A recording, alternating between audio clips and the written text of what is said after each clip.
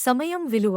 రచన సుద్దాల రేవంత్ 5వ తరగతి మండల పరిషత్ ప్రాథమిక పాఠశాల పోతారం మండలం దుబ్బాక జిల్లా సిద్దిపేట.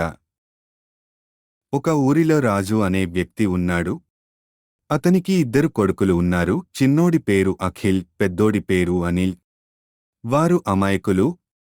వారు పేదవారికి సహాయం చేస్తారు.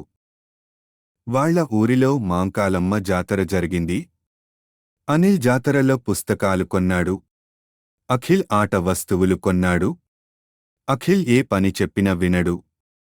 కాని అనిల్ మాత్రం చెప్పినట్టు వింటాడు. కొన్ని రోజుల తర్వాత పరీక్షలు సమీపించాయి. అనిల్ కష్టపడి చదివాడు, కాని అఖిల్ ఆట వస్తువులతో ఆడుకున్నాడు.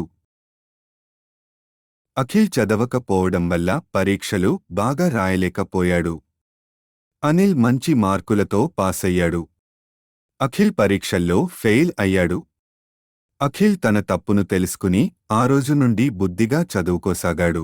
సమయం చాలా విలువైనది. సమయాన్ని వృధా చేయరాదు.